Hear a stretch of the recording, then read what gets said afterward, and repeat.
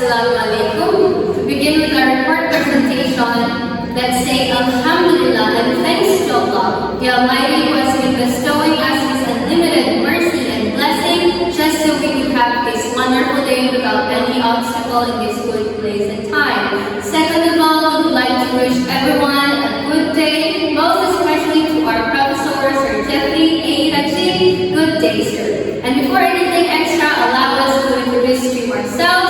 I am Razina Pasha Kamul, and together with me is my partner, Mrs. Terena Manalas Malan. And today we will talk about literature, but in Cagayan Valley, particularly the literary pieces and the genres of literature present in the region. We shall also be introducing some of the region's notable authors, and expect that at the end of this report presentation, we shall have a storytelling session. So we will be reading you a story. It's a folk tale and is considered to be one of the region's most popular literary pieces. But before we move to all of that, let's begin by introducing Cagayan Valley.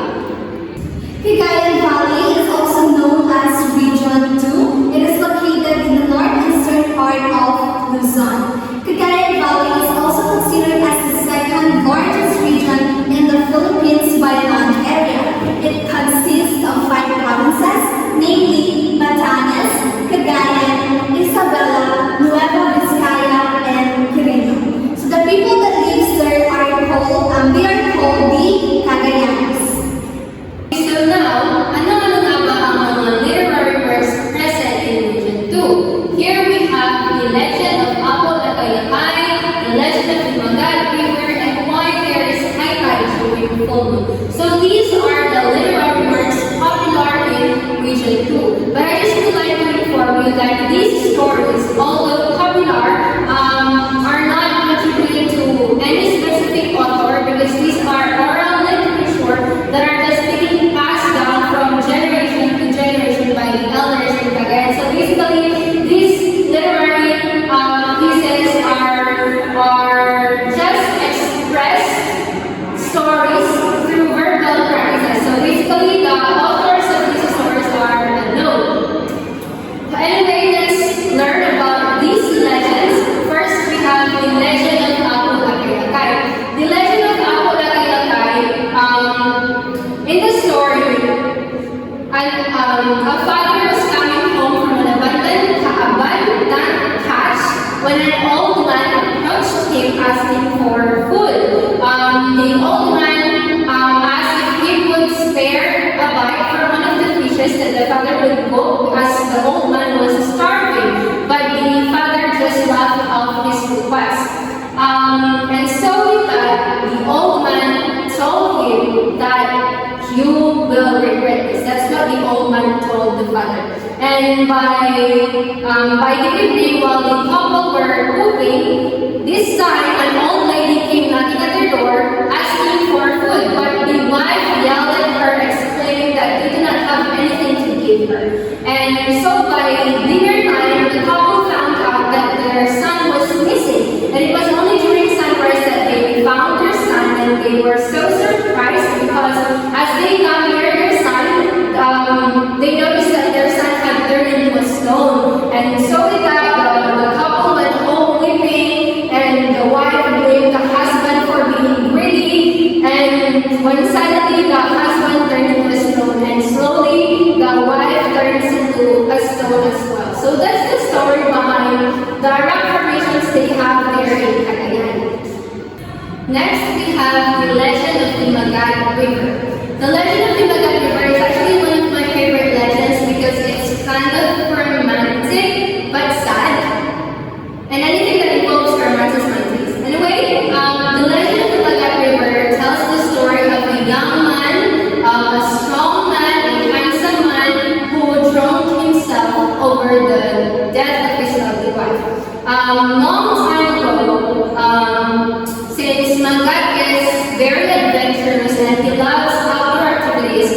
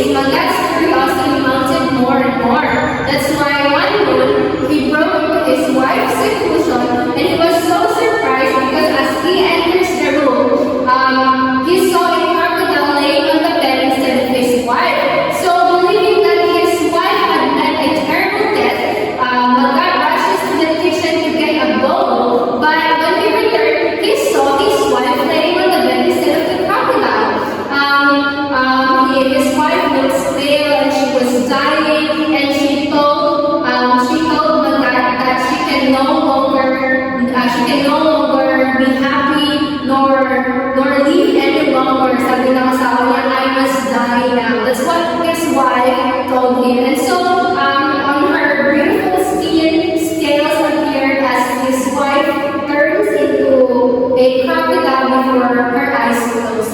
So with that,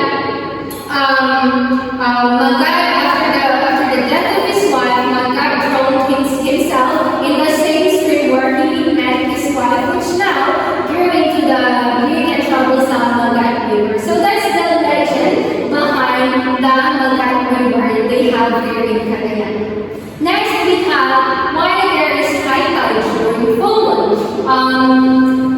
In this story, there were two lovers who got separated. Kasi during earlier times, only gods lived in this world. And then the god of the sun had a daughter named Luna, which is the moon. And then the god of the sea had a son named Mar. Luna and Mar fell in love with each other.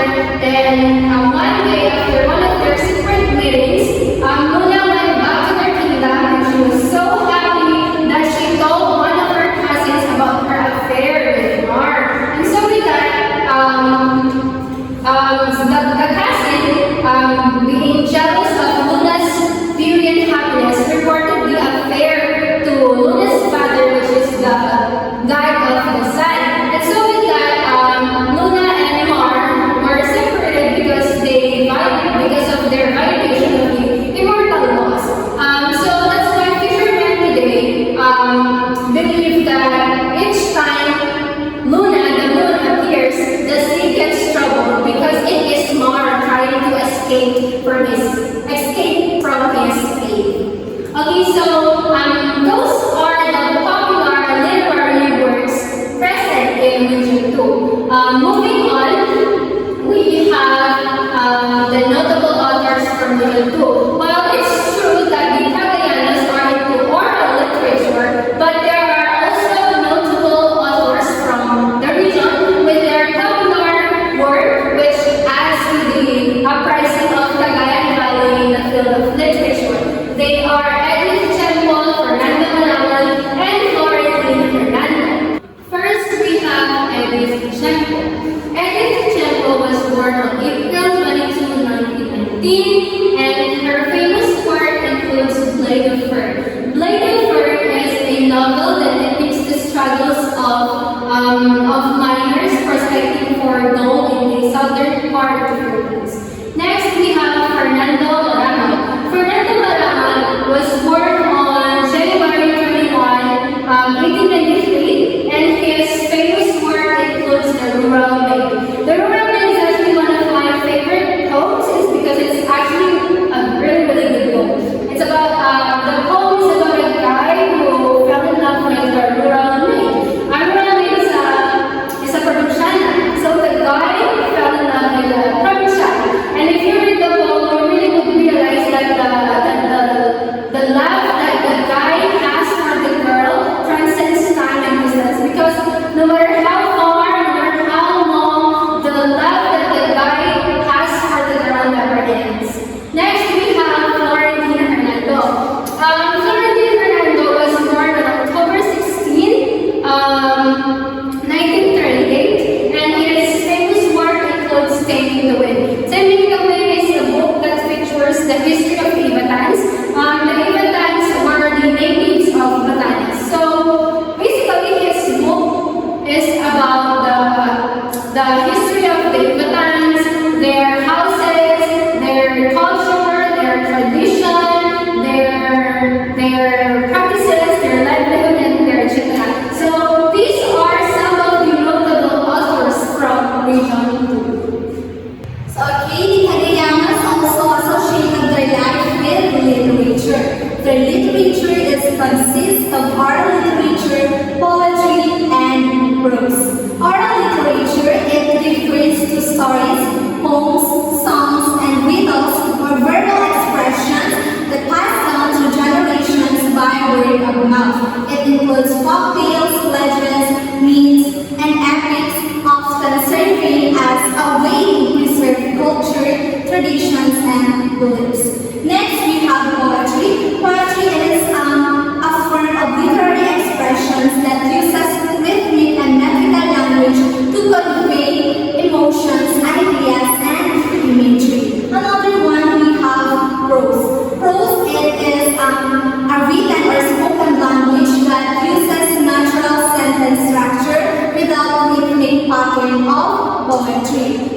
includes novels, short stories, essays, and articles. So more likely, it focuses on storytelling and arguments. At this point, we will have a storytelling session because as what I told you in the beginning of the video, that will be reading a story. So here's the story. It's entitled Bimol at Malana. But I just would like to clarify that this one is different from what I discussed earlier because the previous stories that I've shared with you earlier are oral literature because again, those stories are just being passed down orally. However, this one is different because this is nationally recognized and is brought into writing. So here's the story. Biwag was from Enlil, the southernmost part of the Cagayan. When he was 4, his mother was visited by an exceptionally beautiful woman who silently admired the baby. When it dawned on the child's mother that her visitor was a goddess, she knelt and implored her child with long life. The goddess made no reply. Instead, she placed 3 small stones around the neck of the baby, where one stone protected him from any bodily harm. When he was big enough to swim across the wide river, the crocodiles created a path for him. The other 2 stones gave him natural powers and prowess. He could go faster than the wind. He could throw easily a carabao across the hills when he was only at the age of 12. He could observe the big beetle nut as if it were a wood. On account of this display of the extraordinary sight, people from far and wide places came to see him. Despite all these powers, Biwag seemed troubled and unhappy. In the town of Davao, he fell in love with a young lady with unsurpassed beauty. No one could tell where this lady came, nor could anyone say who this lady was. Biwag wanted to find her. His waking hours were thoughts of her. There was another young man from Malawi called Malana who was gifted with powers similar to that of Biwag. When Malana was 18, a devastating typhoon destroyed all the crops of Malawi. The people were in grip of a feeling pain. Their only hope of starving off came from a very distant place, Santo Niño. It was very difficult and dangerous to join the place because the river to cross was wide and full of crocodiles.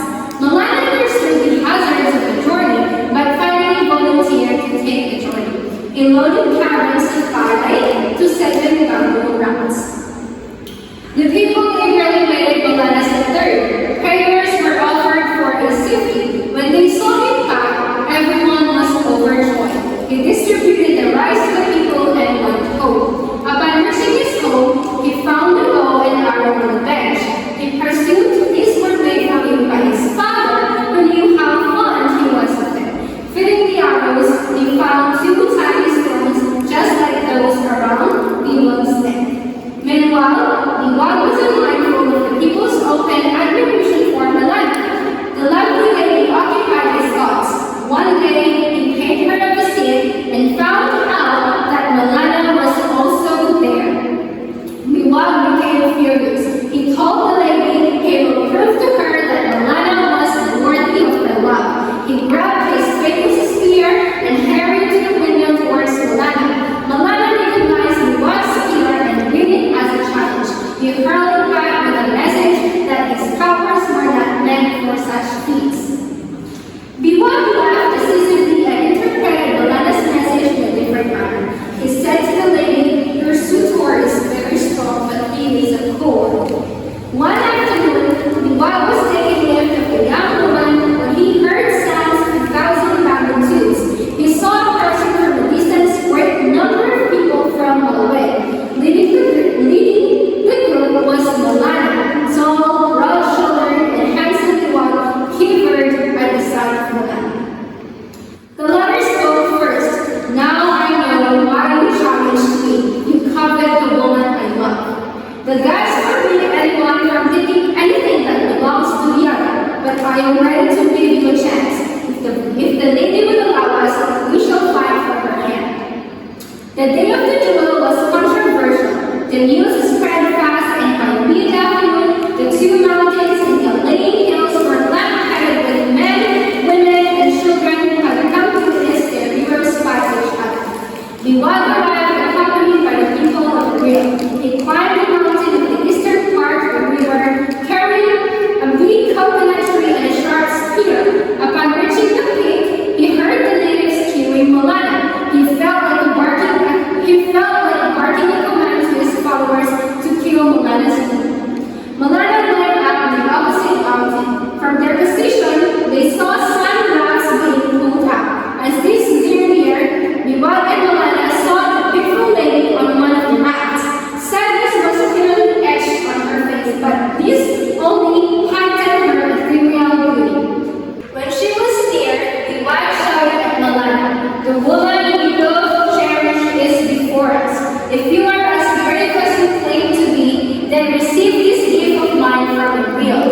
Without thinking, he hurled the coconut tree at Malana. Everyone held his breath. The river stood still. The coconut tree flew like an arrow into the air. Malana caught it and like Biwag, we hurled it at the direction of Ilulu. Today, thick coconut curves about in that place.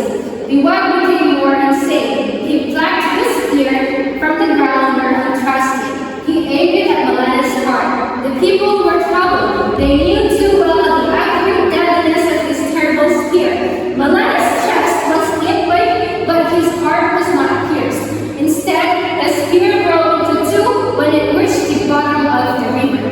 Malana shouted, "There you are, Biwag, with no weapons whatsoever. It is now my turn." Before Malana would finish after the warning, Biwag leapt into the river. Gigantic waves dashed against the rocks and shook the mountain where Malana stood. Biwag emerged with the biggest crocodile under his arm. The crocodile opened wide its jaws. Malana accepted the challenges as he leapt from the mountain. The hundreds of people watching the fight suddenly fell on their knees. They saw a dazzling light that sparkled. She rose into the air and checked Malana's fall upon meeting him in mid-air. The woman looked down at Biwag and said, "You have shown yourself a coward by getting the help of a crocodile. I am the daughter of the goddess who gave you your supernatural powers. You do not deserve the gift." When the magic won, the beautiful woman gave her blessings to the people below and then flew with Malana in the kingdom of the air, and the clouds were she reigned. So now let us discuss the elements of literature in the story of Biwag and Malana. So the first one, we have the characters. The characters of the story are Biwag, Malana, the beautiful lady, and the goddess. Biwag is a man from Enfield who possesses supernatural powers that was given to him by a goddess. Next is Malana. So Malana is also a young man with gifted powers similar to Biwag. He is considered as a hero in their hometown. And the beautiful lady, she is revealed as the goddess daughter and also a woman that both Biwag and Malana fall in love with. Next, we have the goddess. The goddess is the one who gave powers to Biwag. So the next one, we have the settings. So the story took place in Enfield, Tual, Malawi, and the mountains. Enfield is where Biwag resides. Tual is the hometowns of the beautiful lady and where Biwag becomes infatuated with her. Next is Malawi. This is where Malana resides. And the last one is the mountains. This is a location or a place where the battle between Biwag and Malana took place. So, okay, the conflict of the story, we have man versus man. This is where, this is the primary conflict between Biwag and Malana as they fight for the same woman they love. And then we also have man versus self. This is where Biwag faces struggle with his own insecurities that leads to his downfall. And then we also have man versus divine. This is where Biwag are being punished for his actions because he disobeyed the laws and the policies of the goddess.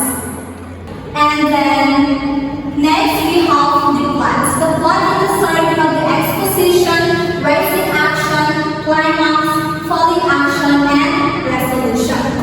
First is the exposition. So the exposition in the story is where Biwag was born with supernatural powers that was given to him by a goddess. And also, Malana is a young man with gifted powers similar to Biwag, is also considered as their hero in their hometown. Okay, next is the rising action. The rising action in the story is where Biwag becomes in love with that beautiful lady, and which no one know much about it. And then also Malana fall in love with that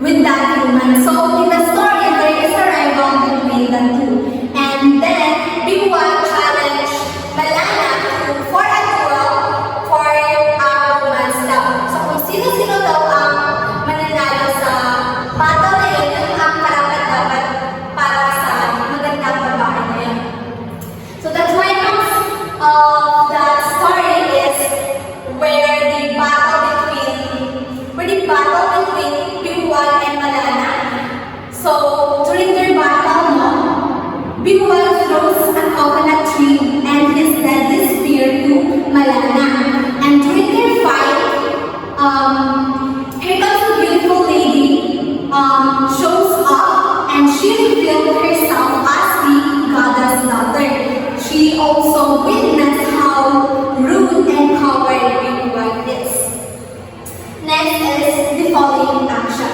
So the following action in the story is where